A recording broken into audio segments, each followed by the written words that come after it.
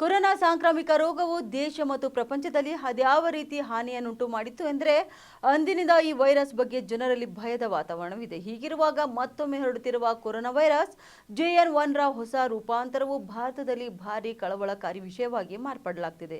ಇನ್ನು ದೆಹಲಿ, ಉತ್ತರ ಪ್ರದೇಶ, ಮಹಾರಾಷ್ಟ್ರ, ಹರಿಯಾಣ ಮತ್ತು ಕೇರಳದಂತಹ ರಾಜ್ಯಗಳಲ್ಲಿ ಕೂಡ ಕೋವಿಡ್ ಪಾಸಿಟಿವ್ ರೋಗಿಗಳು ವರದಿಯಾಗ್ತಿದ್ದಾರೆ. ಇಷ್ಟೇ ಅಲ್ಲ, ಬೆಂಗಳೂರಿನಲ್ಲಿ ಕೂಡ ಈ ವೈರಸ್ನಿಂದಾಗಿ ಓರ್ವ ಹೆಣ್ಮಗಳು ಒಬ್ಬಳು ಸಾವನ್ನಪ್ಪಿದ್ದಾಳೆ. ಇದರಿಂದಾಗಿ ಜನರ ಮನಸ್ಸಿನಲ್ಲಿ ಮತ್ತೆ ಭಯದ ವಾತಾವರಣ ಬೆಳೆಯಲು ಪ್ರಾರಂಭವಾಗಿದೆ. ಆದರೆ ಈ ಭಯದ ನಡುವೆಯೂ IIT ಕಾನ್ಪುರದಿಂದ ಒಂದು ಸಮಾಧಾನಕರ ಸುದ್ದಿ ಬಂದಿದೆ. ಇದು ಜನರ ಚಿಂತನೆಗಳನ್ನು ಸ್ವಲ್ಪ ಮಟ್ಟಿಗೆ ಕಡಿಮೆ ಮಾಡಿದೆ.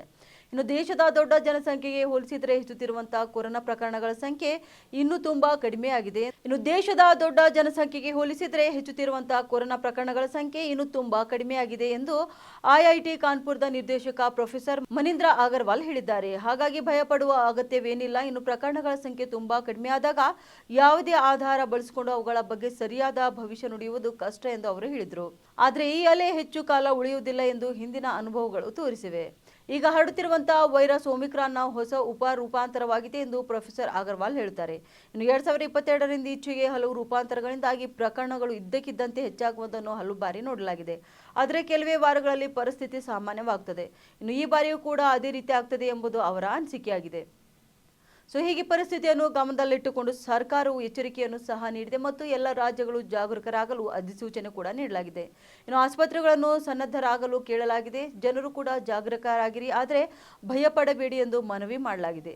ಯಾರಾದರೂ ಶೀತ, ಕೆಮ್ಮು, ಜ್ವರ ಅಥವಾ ಉಸಿರಾಟದ ತೊಂದರೆಯಿಂದ ಬಳಲುತ್ತಿದ್ದರೆ ಅವರು ತಕ್ಷಣ ವೈದ್ಯರನ್ನು ಸಂಪರ್ಕಿಸಬೇಕು ಎಂದು ಆರೋಗ್ಯ ಸಚಿವಾಲಯ ತಿಳಿಸಿದೆ.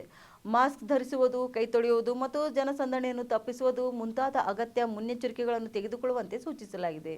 ಇನ್ನು ಒಟ್ಟಾರೆಯಾಗಿ ರೋಗ ನಿರೋಧಕ ಶಕ್ತಿಯಿಂದಾಗಿ ಕೊರೋನಾ ಖಂಡಿತವಾಗಿಯೂ ಮತ್ತೆ ಬಡಿದುಕೊಳ್ಳುತ್ತಿದೆ. ಆದರೆ ಈಗ ಪರಿಸ್ಥಿತಿ ಮೊದಲಿನಷ್ಟು ಗಂಭೀರವಾಗಿಲ್ಲ. ಲಸಿಕೆಯ ಪರಿಣಾಮ ಮತ್ತು ಜನರಲ್ಲಿ ಈಗಾಗಲೇ ಅಭಿವೃದ್ಧಿಗೊಂಡಿರುವಂತಹ ರೋಗ ನಿರೋಧಕ ಶಕ್ತಿಯಿಂದಾಗಿ ಅದರ ಪರಿಣಾಮವು ಸೀಮಿತವಾಗಿರಬಹುದು. ಅಂತಹ ಪರಿಸ್ಥಿತಿಯಲ್ಲಿ ನಾವು ಎಚ್ಚರವಾಗಿರಬೇಕು, ಆದರೆ ಭಯ ಪಡಬಾರದು.